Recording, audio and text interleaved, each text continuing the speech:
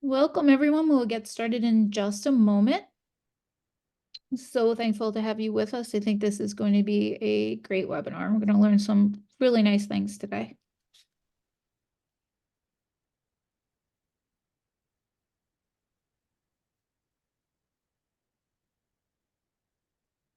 Thank you again for coming, and welcome to the Gray Decision Intelligence Demand Trend webinar, designed specifically for higher education professionals.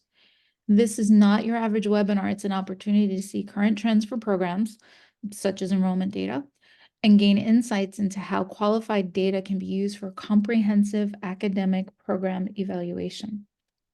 Today, we will also show the importance of looking at regional data trends, as they can vary quite a bit from national trends. Stick around for the very end when we showcase the future of program planning through a new predictive financial model. A few housekeeping items to get started with, please. At the bottom of your Zoom screen, there is a place labeled Q&A. Please feel free to add your questions there. We will get to as many as we can during this session, and we'll follow up later with you if we run out of time. You will receive a link to the webinar recording and presentation slides in the next few days. Please look for it in your email. And now, without further ado, I'd like to introduce Bob Atkins, not only the founder of Gray Decision Intelligence, but also a program evaluation expert and a best-selling author among higher ed publications. Thank you, Bob. Thank you very much, Marianne, for the august introduction. And I hope I can live up to the various titles you've given me.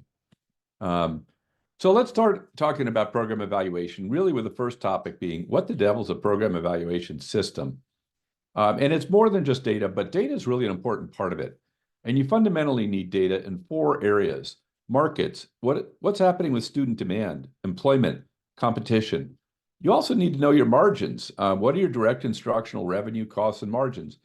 Why? Not because you're in business to make money. Almost no one on this phone is a for-profit institution.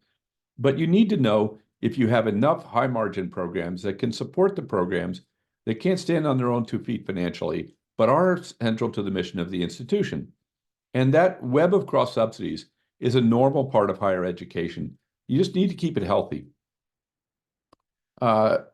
Obviously, you need to meet your own academic standards, as well as the standards of accreditors and external bodies who may test your graduates, for example, nursing in the NCLEX exam. So you need to be hitting the numbers that are required on those external exams to maintain your program, as well as, I hope, your higher standards for your own internal performance. And last but not least is mission. And fundamentally, a program that addresses the mission of the institution, or I might say more specifically is central to the mission of the institution, really gets a pass on many of these things if needed in order to achieve that mission objective. So don't think that in particular that if it's a low margin program but it's mission critical, that it should be cut. On the contrary, if it's critical to the mission, what we need is enough high margin programs to support what is often a smaller mission critical program. So that's our concept in terms of data. Now, the other thing you need to keep in mind is there is no algorithm for making program decisions. We may come up with one in the next 4 or 5 years, but even if we did, I'm not sure it would be purposeful, because fundamentally, there's a lot more to a program than a system can know. There's local market information that you may have. There's knowledge about what's going on in a discipline and a variety of other things. And of course, the institution is another central element of it, that need to be known in order to make a good program decision. So you need to take the data, use it to inform your process, and involve the right people in decision-making. Now, I will say, you also need to do this in a timely way. And that's often been an issue in higher ed, in part because the data was fragmented, difficult to collect, and kind of episodic in terms of what people chose to look at. But you really can't be taking 18 months, or in one of our clients' cases, 10 years, to make a program decision. By that time, the opportunity is most likely passed you by. The market's moving more quickly than it ever has. And the opportunity to jump into a program and reap that first few years of very high returns is pretty limited. Often, especially online, that initial market will start to mature within 3 to 5 years after a major program is launched. And now, and so it's, as I say, just important to move quickly. It's an old concept in the business world of time to market that is now being brought to bear, for better, for worse, in higher education. So let's take a look at one of the major things you need to consider when you're evaluating academic programs, and that's student demand. Now, we'll also turn a little bit later to employment, but you'll notice we put students first. We do that on purpose. In most of higher ed, people tend to put employers first and say, what do my employers want? This is particularly true in your more career and technical education programs and community colleges. But that's really not the right way to do this.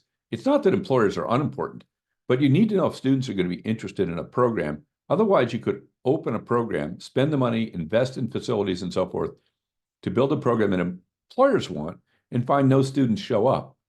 When that happens, neither the employer nor you benefit.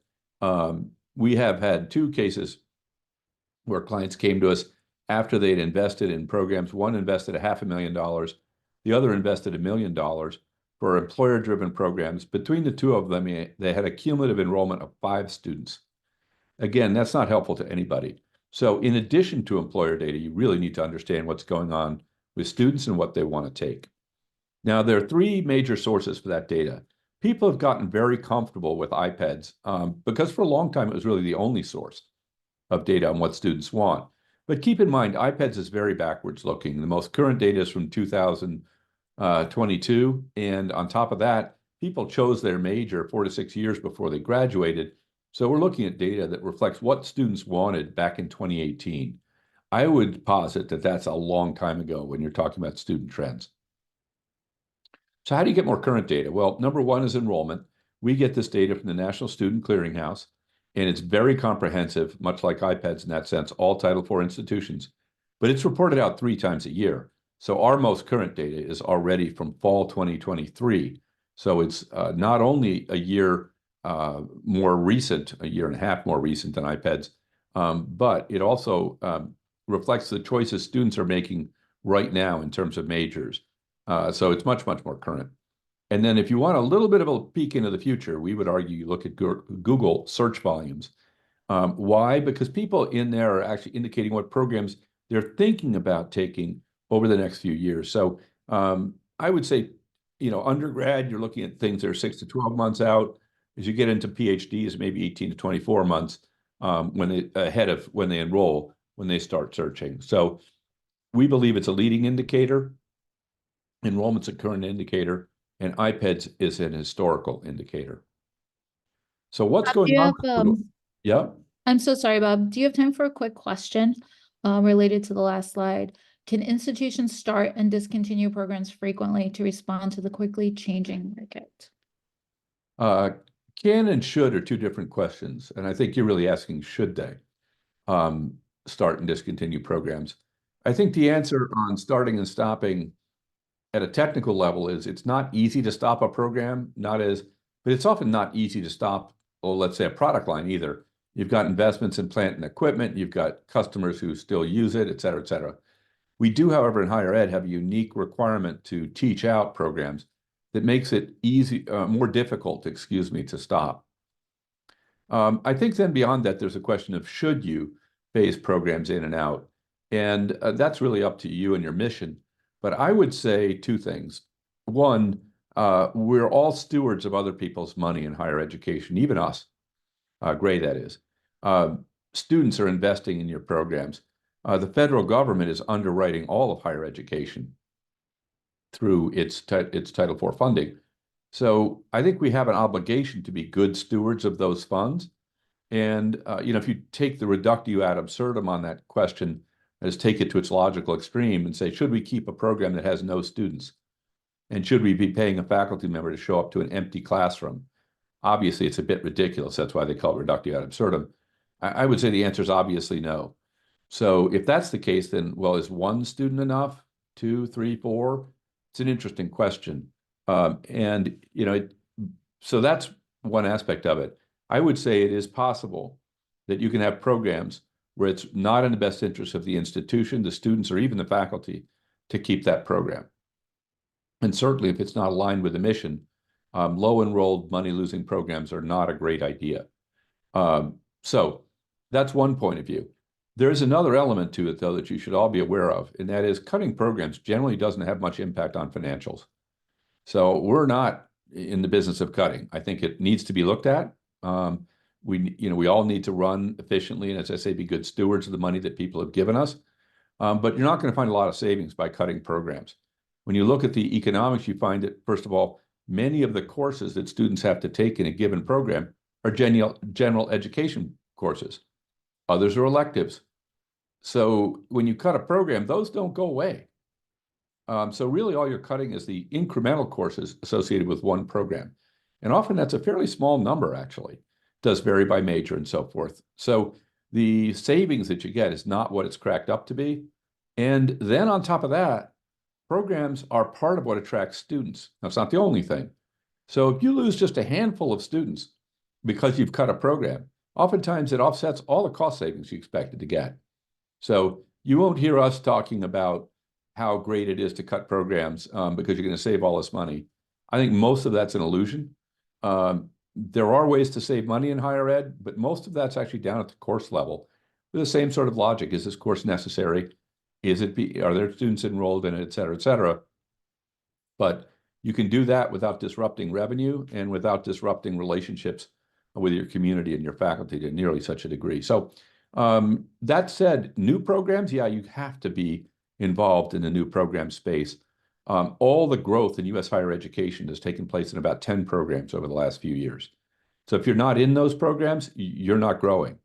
And that's a problem because, as we've all heard, the underlying market for higher ed, the total enrollment, is going down.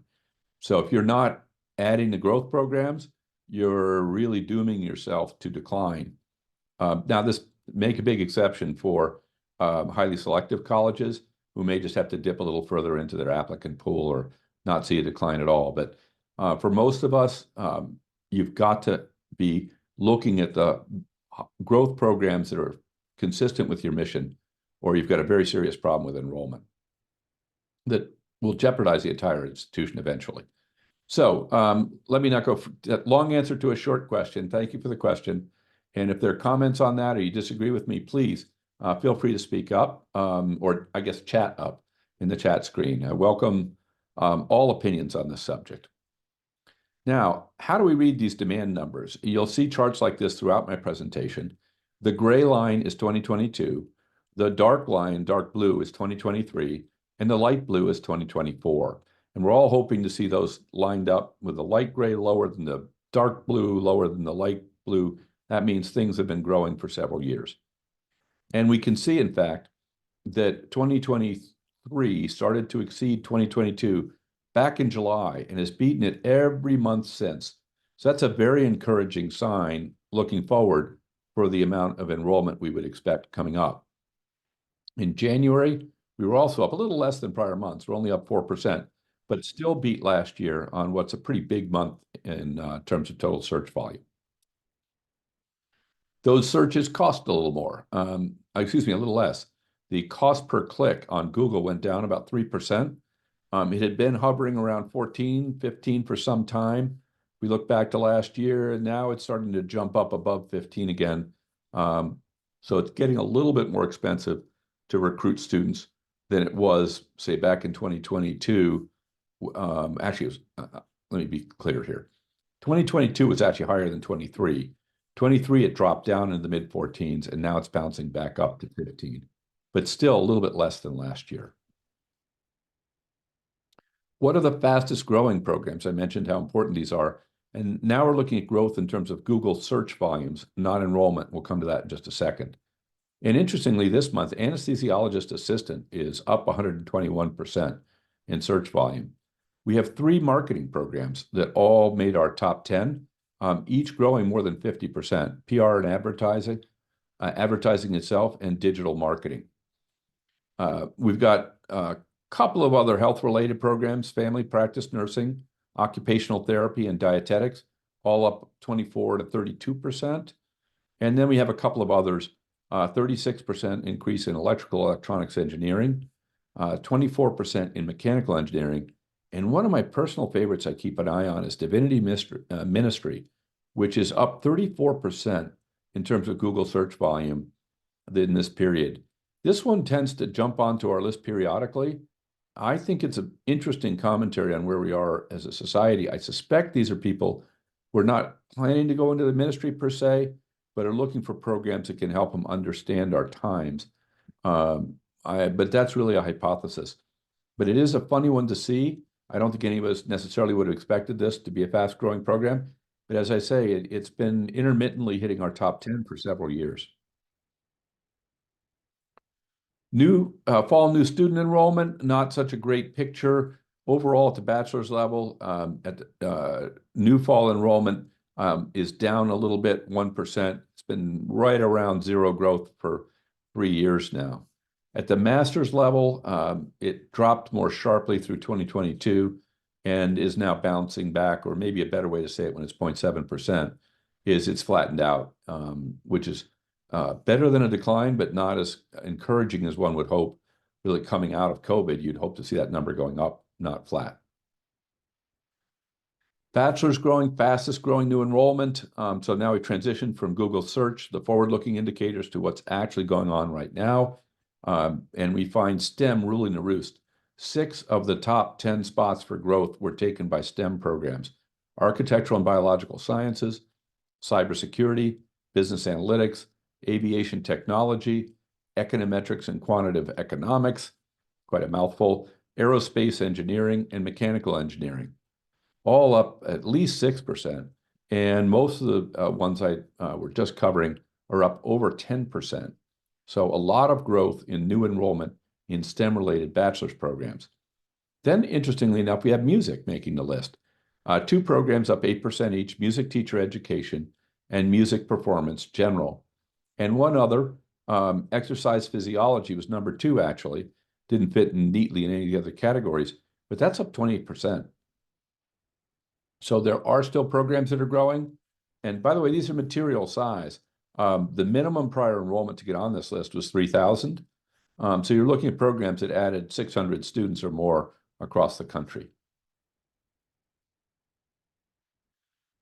Fall 2023, for master's level new enrollment, we've got, again, a very heavy representation of STEM. 6 of the 10 programs are STEM programs.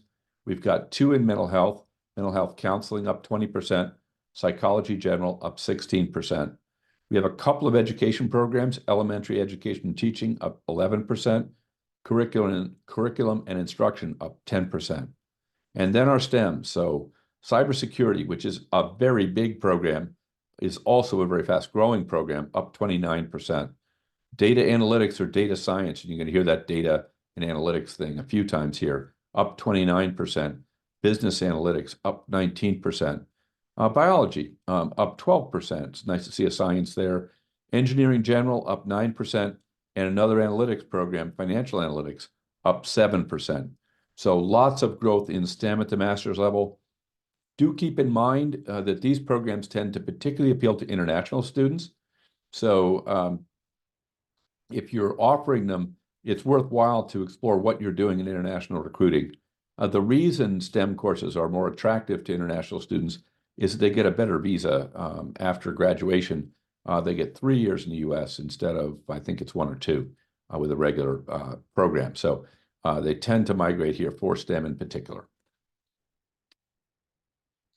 Now, what's happening out there in the land of less than a degree? Many of us are looking at this space, trying to understand what to do with certificates and so forth.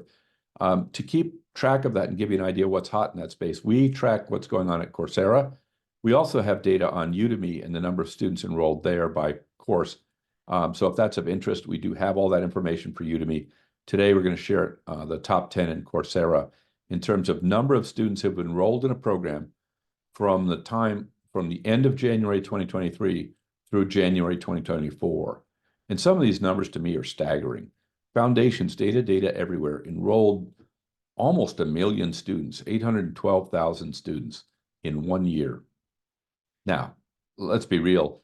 Many of those students didn't finish the course. That certainly isn't the equivalent of going to college, but it's still an enormous number of people seeking that particular type of education. The science of well-being is number 2.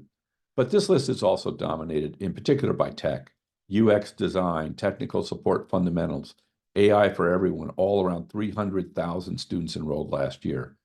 Crash course on Python, 244,000 students, and data analysis with R programming, 230,000 students last year. So tech is big. And if we looked at Udemy, the top 10 would be almost exclusively tech courses. And that's primarily because the Udemy platform is geared towards technology. But even if you're not, tech is very heavy in the space. But we do have some other things that are more about developing yourself, the science of well-being, learning how to learn, introduction to psychology, and starting a successful project, all had over 200,000 students enroll last year. Now, I mentioned international, and what we're seeing right now in international is an uptick. International page views, that's students looking at a page view on our data site, which is a vendor that we work with who is recruiting all over the world, excluding China. So keep that in mind. China is the largest market. Unfortunately, the folks we work with can't get behind the Great Firewall, so they can't see information coming out of China. But ex-China demand is up 15% year over year, and you can see it was up last year over the prior year as well in January. So good news on the international front. As we look backwards, you can see last year was up every single month over the prior year. So it seems to be a very robust market for international education right now. What are those students seeking? Education general was #1. Environmental studies was #2. Honestly, I don't recall, we've been doing this for some time. Environmental studies is, to my knowledge, not made this list before. Registered nursing, not a surprise. Anything with engineering in it is not a surprise. But bioengineering is relatively new to the list. Electrical and computer engineering, long-standing program in the top 10 internationally. Kinesiology, up 68%. IT, not surprising, up 62%. Project management, up 57%. Mechanical engineering, mechanical, up 56%. And nutrition sciences, up 55%. So if you're thinking about international, I think there's some new, not new to the world, but new to international programs that are starting to attract students, particularly environmental science, and some of the newer engineering things like bioengineering, as I say, relatively new to this list. So I don't remember ever seeing nutrition sciences as well. There's some very interesting stuff going on there that you may be able to take advantage of. Where do they come from and where do they want to go? It always surprises me. And remember, China's not included in the data, so I can't comment on that. Nigeria is actually the #1 country in terms of originating page views. Ghana's #2. Then comes Bangladesh, Pakistan, and Kenya. India is actually in #3 as far as searches for nursing programs. So you really do have to think about what program you're offering and what country it lines up with in order to optimize your international search. Because if I were just doing overall volumes, India would be #1 in a walkaway, but not for nursing. Nepal would be up there at #1 or 2, again, but not for nursing. It's still in the top 10, but well behind Nigeria, which for some reason has a particularly high interest in studying nursing in the United States. Where do they want to go? Well, much to my surprise, normally this is very obvious. And the West Coast wins. Everybody wants to go to California and be in the sun. But for nursing, it's actually New York is the #1 state. Now, let's take a look at employment. And many of you have been on this webinar before, have heard this. I'm going to keep saying it until people really get it. There is this concept of direct preparation, and it is the foundation of much labor market work and most, if not all, competing labor market data sets. What is direct prep or direct preparation? Well, it's the assumption that people who study a given subject should go into fields that they're directly prepared to enter. So people who study nursing should become nurses. And in fact, most of them do. It's one of the handful of programs where people, over 60% of the graduates, go into the fields for which they're directly prepared. However, most people just don't do that. We've got 493 programs out of the 634 we sampled, where less than 20% of the students go into fields for which they're directly prepared. 80% of the students do something else. So be very careful with your labor market data. Make sure you understand how they do what's called a crosswalk between academic programs and jobs or occupations. If that's based on the theory of direct preparation, just remember it's roughly 80% wrong. So let's give an example. In this case, we're looking at design and visual communications and what those majors do and what they were supposed to do if they did what they were directly prepared to do. So we have data on about 145,000 graduates in design and visual communications, and they went into 775 occupations. Now, if we use the direct prep crosswalk, and most of them are founded on data from the National Center for Education Statistics, we would believe that they only went into 6 fields. You can see them here: art, drama, and music teachers, commercial, industrial designers, all other. And we've even got some modern stuff in here: web and digital interface designers. Well, what really do those people do? Well, first, interestingly, and not very encouragingly, that 41% of them are underemployed. And I think we need to be honest about that where it occurs. And my personal favorite, history, does have a very high underemployment rate of 49%. And 41% is not great. What do they really do? Well, number one is interior designers. Notice that that's not even on the list of related fields in a direct prep crosswalk. We do have some overlap: web digital interface designers, multimedia artists, and number 3, nope, not on the list. And it goes on like that for 775 more occupations. So when I'm doing this kind of work where you're looking at market data, if you're within 5 or 10%, you're doing very, very well. It's actually very difficult to even tell if you're more or less accurate than plus or minus 5 or 10%. But when I'm got 6 things and the reality is 775 things, that's very wrong.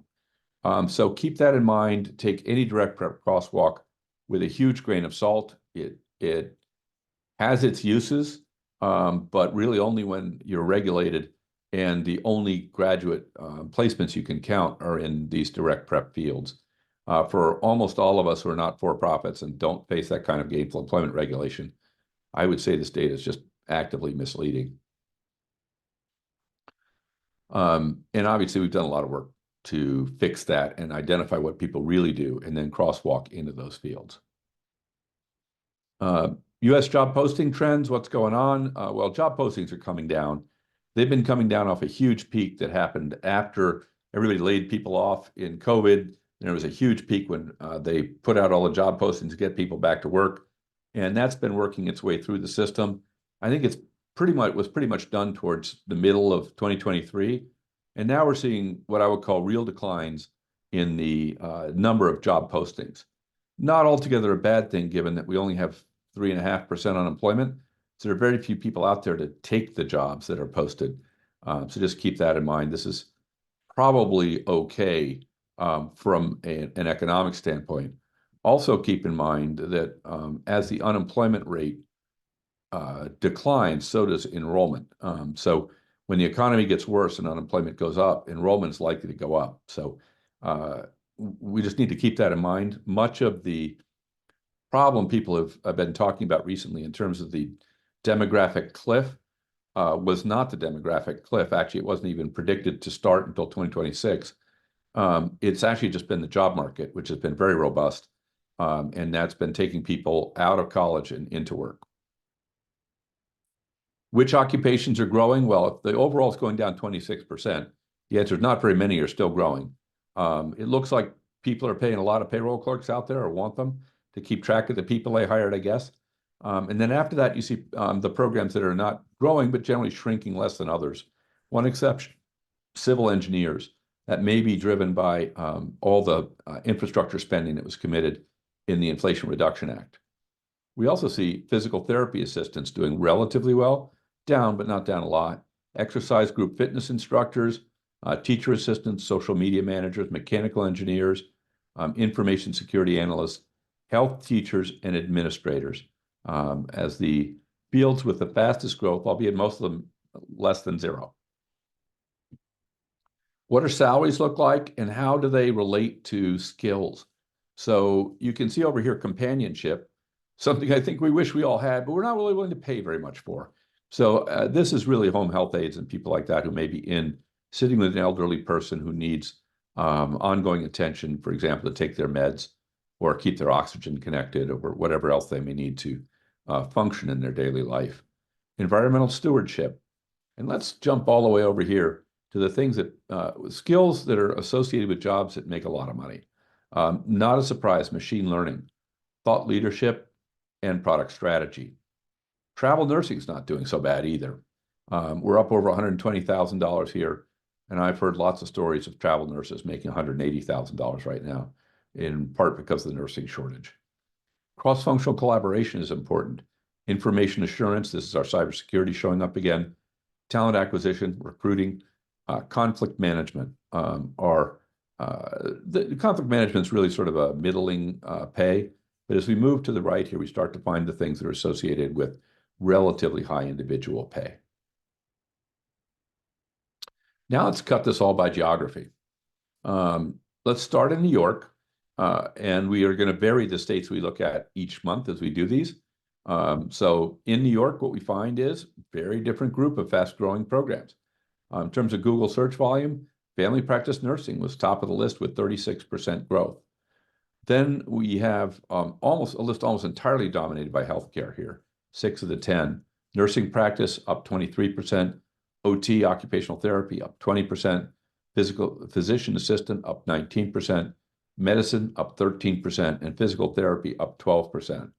So it looks like New York is not feeling well these days. A lot of demand for health-related programs. And then we have just a general mishmash of things: electrical and electronics engineering, education, finance general, and computer science, all up over 10%. The enrollment picture in New York is not up over 10%.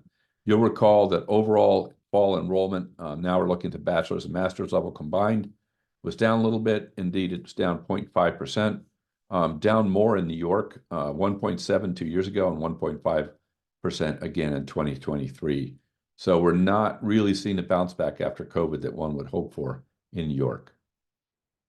What's growing? Well, in terms of enrollment now, we've switched from Google search, we're looking at enrollment data. Mechanical engineering, number one, up 9%. Finance general, up 8%. Sports and fitness, up 7%. Criminal justice, up 5%. Computer science, up 5%. And we only have 2 here, by the way, that are in common with the national list, which highlights the importance of having data at your own local level. And when we work with clients, we actually we use their local market to define the data we pull. So they're getting data for exactly the area they serve. That might be a 30-mile radius around their campus or 20 miles stop at the river or the state border. And that way you have a understanding of what's going on in your immediate area in the market you really serve. And the only 2 that overlapped with national were marketing and business analytics. We also have business administration, accounting, and political science making our top 10. Now, there are 70,000 students who don't show up in New York, interestingly enough. They've been exported to other markets. How did that happen? Well, national online players recruited in New York. And if you were looking at traditional data sets like IPEDS, those students would be reported in the headquarters location of the institution. So 8,336 students would have been reported in southern New Hampshire, were actually located in New York. That's kind of a problem when you're trying to do labor market analysis, because it means these 70,000 people don't appear to be in New York. Their degrees don't appear to be in New York, but their bodies are in New York and they're available to work there. So it messes up your labor market analysis. It also gives you a misleading understanding of who you're competing against, because southern New Hampshire has probably about, I don't know, in the top 20 campuses in the entire state of New York in terms of number of students enrolled. But obviously it's not a physical campus, and those students aren't there. They're taking courses at southern New Hampshire. So you could miss a very large, substantial competitor in your local market if you don't know which of the national online players are actually competing there. So we do a bunch of work to use NC SARA data to allocate those students back into the markets where they're really studying. And be careful with data sources that don't do that work, because you can get very skewed data. It's one thing not to have your national competitors, which is serious. The other problem you have is you'll often have a national competitor in your market who is recruiting online students, and that'll make some programs look very competitive. It'll make the labor market data look as though there are no jobs for grads, when actually there are, because those students actually aren't in that city. A good example is Phoenix, where you have ASU, Grand Canyon, and University of Phoenix all in one market. All their graduates are showing up there, which, as I say, messes up your understanding of your competition as well as your labor market. What's going on in New York jobs? Not good. Remember, we're down 26% nationally, down 40% in New York. So pretty sharp drop in the number of job postings. Heavyweight towards bachelors. Over 26% require a bachelor's degree in this particular market. What's going on here? Which particular occupations? Well, it seems even though we're not looking for that many more people, we still got to keep track of payroll. So payroll and timekeeping clerks were up 200%. Then we have psych technicians, exercise trainers, and physical therapy assistants, all up 17% or more. And after that, while they're still among the fastest growers, the rest are actually declining to some extent. Private detectives, self-enrichment teachers, managers, HR managers, meeting convention and event planners, and bookkeeping. So somewhere between those psych technicians and the private detectives, we've got some interesting stuff going on in New York State. Let's switch over to Indiana and have a look at what's going on there. And again, you'll see it's very different from one market to another. Here, electronics, electrical engineering, up number one, up 64% in terms of Google search volumes. We've got library and information science in number two. We've got two more engineering programs that made the top 10, aerospace and mechanical. And I found this aerospace very interesting. This is actually starting to show up very frequently across multiple markets. Other programs, library and information science up 39% and law up 19%. Really health-related programs won the day here. 5 of our 10 are health-related: radiation therapy, physician assistant, family practice nursing, and registered nursing, up over 15% each. And it's very interesting looking at physician assistant and family practice nursing. Very promising programs that are going to help fill the gap because we're not producing enough actual MDs. Now, if we look at master's and bachelor's enrollment combined, again, we have a state where the numbers are coming in lower than the national numbers. So fall enrollment in Indiana dropped off 2.7% in 2022 and another 1.1% last year, about a point worse than the national average in both cases. What's growing despite that overall decline? We've only got 2 here that were on our national list: business analytics and data analytics. So the analytics stuff is very popular right now. But the rest are audiology up 17%, finance up 17%, fine arts up 15%. We've got a group here just up over 10%, elementary education and teaching, public administration, sports and fitness management. And then we have a couple more that made our list: digital communications, multimedia, and biochemistry, up 4%, 6%. That's the biochemistry is up 4%, and digital media up 6%. We exported some 27,000 students from the state of Indiana to online players, and here predominantly Western Governors. Second place was Southern New Hampshire. And notice Western Governors is almost, well, over twice as popular as the next largest online player. So they're a fairly big winner in the state of Indiana, with almost 6,000 students enrolled in online programs. Job postings, a little bit better than the national average here, 22%, but now certificate seems to be winning the day. Up 28% of the job postings required a certificate. In January in Indiana, we had bill and account collectors. So everybody else wanted to keep track of payroll. In Indiana, they want to get their bills paid. So bill and account collectors up 120%. Health specialties, teachers post-secondary up 90%. Teacher assistants up 56%. String here up 20 to 30%. Financial services sales agents, architectural and engineering managers, and middle school teachers. Then we have a group that's up 14 to 19%. Managers, all other. That's me, I think. Preschool teachers, cost estimators, and counseling and school psychologists among the fastest growing occupations in Indiana. Notice there's almost, I believe, no overlap here between what the fastest growing occupations are in Indiana and New York or the national data. So let's turn to Oregon and see what's going on there. Fastest growing programs, Google search volume, IT at the top of the list. Tech takes the top 3 slots with that IT program, computer science, and cybersecurity, all coming in well over 20%. Then we have a string of education programs at about 15% growth, education general, early childhood education, and ESL. Then the engineering programs have their day, coming in 10 to 14% growth, aerospace engineering, bioengineering, and electrical electronics engineering. And then American Sign Language makes our top 10 with 12% growth in terms of Google search volumes for academic programs. Enrollment, pretty volatile in Oregon, actually. You can see it was down 1% and down 4% coming into COVID, and a very quick snapback in 2021, up 7%, 7 points faster than the national average, up another 8% in 2022, and then unfortunately down 3% coming into 2023. So much more volatile than any of the other numbers we've looked at so far for the bachelor's and master's level enrollment in Oregon. Now let's look at what's growing fastest in terms of enrollment. And here again, we can see only 3 of these programs overlap with the national data. So data analytics up 48% was one of our national top 10. Mental health counseling up 17%, and exercise physiology up 16%. Those are the only 3 out of the 10 here that were consistent with the national growth. Elementary education and teaching took the #1 slot in Oregon, up 50%. Journalism up 34%. Music up 20%. We've seen a little bit of music in the data. Chemistry general up 20%. Marine biology up 15%. Biochemistry up 12%. And physiology up 11%.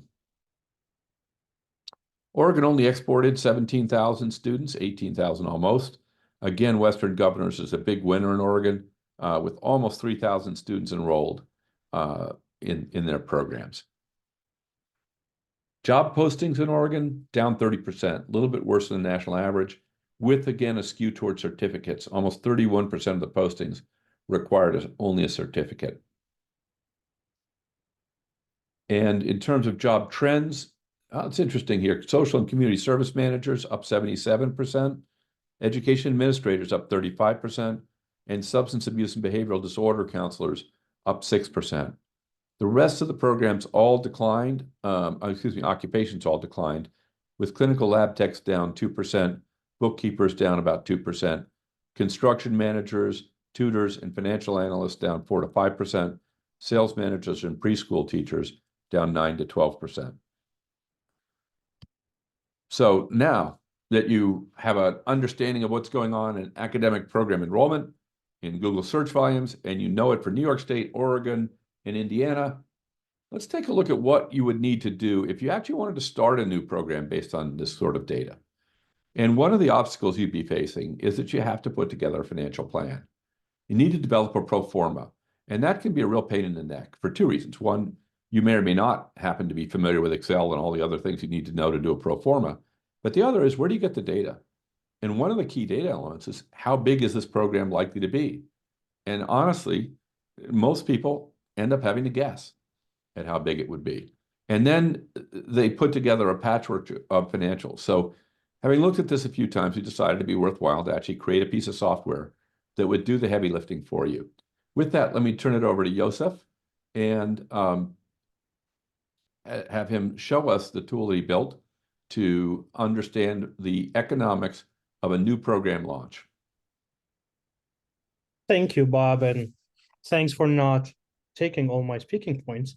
Appreciate that. So I overlooked a few. I'm so disappointed. so I'm going to draw a scenario before I start. So you did all the research as a school administrator. You used GradeDI program evaluation system. You looked at the enrollment trends, at the Google trends, at the employment trends, and you made a data-informed decision to start a new program. Let's say that new program is Bachelor of Social Work. The next step is, as Bob mentioned, is to prepare some plan to launch that program. And that plan usually starts off how big is this program going to be, which, it's tricky to evaluate. Should you use the national average? Should you use the median?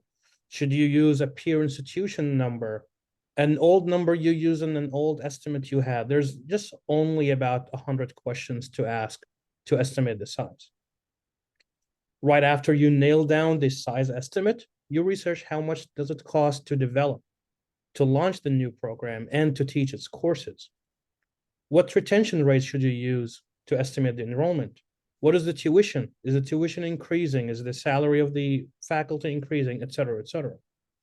And I'm going to stop here because I'm pretty sure I hit a nerve or brought you some PTSD memories and moments. It's a tricky question to do. And yes, I intentionally stopped before mentioning Excel because Bob already did, because that is the next step usually in creating a performance. So what I'm going to show you is two products. One of them has been a mature product with us, and the other one is a new one that we're launching soon. The first one is the Predict program size, which has been around for a couple of years, and I'm sure some of you might be familiar with it. And what it takes, it answers the size estimate that I mentioned. It takes all the data that Bob went through in the last 45 minutes, the enrollment, the employment, the Google, the size of the school, the characteristics, et cetera, and applies machine learning modeling on it and some techniques to the sole purpose of producing what a size of the program is going to be at a specific school. The new tool I'm going to show you right now is something that's built on top of it. It's the Financial Proforma Creator. It uses the estimate from the Predict program size. It uses the instructional cost that we have at GradeDI benchmarking consortium database. And it uses our data on growth rates for the program, et cetera, as well as many things you can input to produce a full financial proforma report for the new program. So without further ado, let me show you what I want to show you.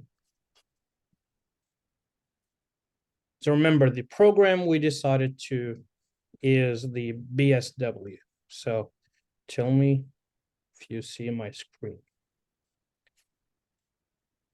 That's one of the views in this tool that, it's kind of an all-in-one summary page where what I did is I came here, this is a fake institution, Contemporary University, fake program, fake numbers, but I came here and chose Bachelor of Social Work. On the right-hand side, you'll see where the inputs go, and the left-hand side where the output is going to show. So the first thing you're going to see, the Predict program size said this program at this fake institution is going to have 10 to 24 completions. And most likely it's going to be 14 at maturity. It tells you use your estimate or use Gray's estimate. So I'm going to use Gray's estimate here. I just put 14. Using the retention rate that I have populated before, the system tells me then you should expect 7 new freshmen in your first cohort, 12 new freshmen in your second cohort, and 18 new freshmen in the third cohort. And as you can see, as I'm populating those values, on the left-hand side, the financial has been updated, the enrollment by year has been updated, the faculty and adjunct FTEs needed to accommodate this new program has been, and at the bottom, I have a shortened or a short input income statement that you can use in your performance. Let's take a look at some of the things that you can change. You can change your retention rate, and usually retention rates have very big effect on the enrollment. You can change your tuition, the mix between online and on campus. Do you have out-of-state students? Do you have fees that you're applying? We've seen it where, due to some financials, the fees at institution have been skyrocketing the last few years. That's something where you can test out. And basically just to see the elasticity of these changes on the program launch and financials. Then let's talk about the cost. Are you going to hire a program director, or do you have one already? Do you have an admin for this program? What I have here is 170,000 as a salary for both. But I said this program is going to only take 25% of their time because they have other programs to manage. That's why I put 25% in here. Using the benefit rate and the salary increase, now I have the admin cost. Marketing, I would say 0 initial marketing, but I want to use 5% of the revenue every year to market this new program. Oh, come on, Joseph, let's add a little bit of marketing budget for the start. All right, that's fine. It's often a mistake. You launch these things and hope that people are going to somehow discover them spontaneously. Well, I added to 10,000. Let's see if that helps. Oh, come on, put in 100. Sure. Thank you. Well, the second I did this, by the way, you're going to see that the break-even point has jumped by 1 year. So now I can break even in year 4, not year 3 as it used to be. Then, the cost to develop this new program, you need to create, let's say, 5 courses, and it's going to cost you 20,000 to create each. You need to modify 3 courses and 2,000 to modify each. Instructional cost. This is where it's linked to the GradeDI benchmarking data. And if you're not familiar, it's one of the database we have where we have tens of institutions that we do their economics for, and they enter that consortium where what you can see is for a specific program, this is how much it costs to teach per student credit hour. So if you have those numbers internally, you would be able to add them. If you don't, you can use the benchmarking data as well. And it shows you the cost, and it allows you to add an increase. And the average discount rate for all the students, it's roughly 25% overall. So as you can see, when you input all of those on the right-hand side, things populate, but I promised you to change a few things. So let's see, my retention rate has not been great, freshman to sophomore, and I'm gonna drop this to, let's say, 50%. You're gonna see my total enrollment dropped about 20 students in year 6. My total revenue dropped about 220,000.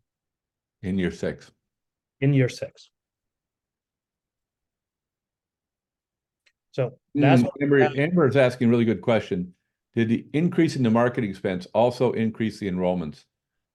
No, we have not built that in any automated way.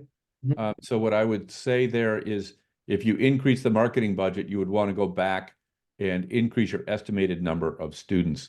So that it's not, we could automate that. Not a bad idea, actually, but it's not automated at the moment. Mary Beth also asked a question, is this tool purchase a one-time cost, or is it a subscription model? Is there a limit to how many people can use it? It is a subscription model. You get to predict along with the financial model. So you get that estimate of how big a program is likely to be at your institution. And you get as many users as you want.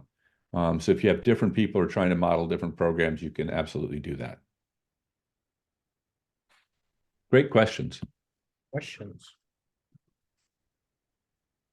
And someone also asked us a question about major program categories such as business analytics, and how we treat those and the overlaps between them, which I'll come to when Joseph is finished.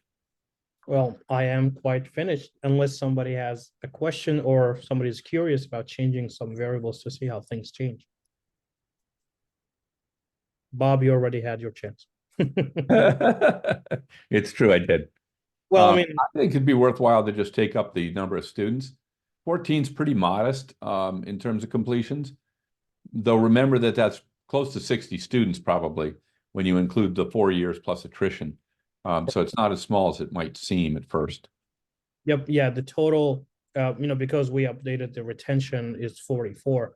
But right. Yeah, if to change this, quite simple. So you see, as we change the retention, it's giving us a new estimate because the retention took a big hit. So to reach that number, we need big intakes. So I'm going to do that, and let's say I'm going to get 30 freshmen in year 3 and 21 freshmen in year 2 and 11 freshmen in the first year. As you can see at the top, my total enrollment at maturity is going to be 73 and over $1 million in revenue. And keep in mind, this revenue includes right now things about the tuition, it includes the fees, it includes the discounts as well. And it could include any state appropriation that you may get. Super. Thank you very much, Joseph. Absolutely. So I'm going to just wrap up here for a moment. But first, I'm going to actually answer the question that was asked. How do we handle these programs where the names and the actual content of the programs are very closely related? Business analytics, say, and business, data analytics and business and so forth. I mean, they're almost interchangeable. There are a few different ways to do that. One is if they share a common 2-digit zip code, say 51.000, you know, the first 2 digits, you can look at all those programs that are in that 2-digit zip code together and get a sense of what the trends are. And importantly, whether you've got movement just between one program and another, because there's been a name change or something like that. You'll often see that. Economics is a good example where it got very fashionable to change economics to a STEM program. So you see this big drop in traditional economics programs and a big increase in STEM-related economic programs. It's the same students, they just change the name of the major. Oftentimes looking at that 2-digit zip code or the 4-digit zip code, the higher level of aggregation will help you. In some cases where the difference from one zip code to another is really indistinguishable, and that does happen, we actually consolidate them in our systems to one, because we can't tell which is which, and to give you one or the other would be misleading. But I think oftentimes it's worthwhile to just step back and look at it at a more aggregate level to make sure that you understand whether it's an individual program that's trending or a whole category of programs that may be trending up together and potentially cannibalizing other programs that are related. I think a lot of that happened with business analytics and traditional MBA programs. So let me summarize. In January, optimistic reading Google searches for academic programs rose 4% year over year. That's the 7th straight month of growth. Our fastest growing program was anesthesiologist assistant, almost unpronounceable, but up 121%. Google cost per click went down a little bit, so it's a little tiny bit less expensive to recruit people. Fall new student enrollment in bachelor's programs, however, declined. Master's programs up slightly, up 1%. The new enrollment for bachelor's in architectural and building sciences was our top performer, up 23%. For master's, cybersecurity rose 29%. Again, keep in mind that's growing 29% off a very large base as well. Please remember to be careful with traditional labor market data sources that rely on direct prep crosswalks. They're very off. Graduates, as an example of design and visual communications, don't go into 6 occupations, they go into 775, not all of which are perfect. 41% of jobs they could have gotten without a college degree. So we're not trying to sugarcoat this, but there's a lot more opportunity out there than is often portrayed.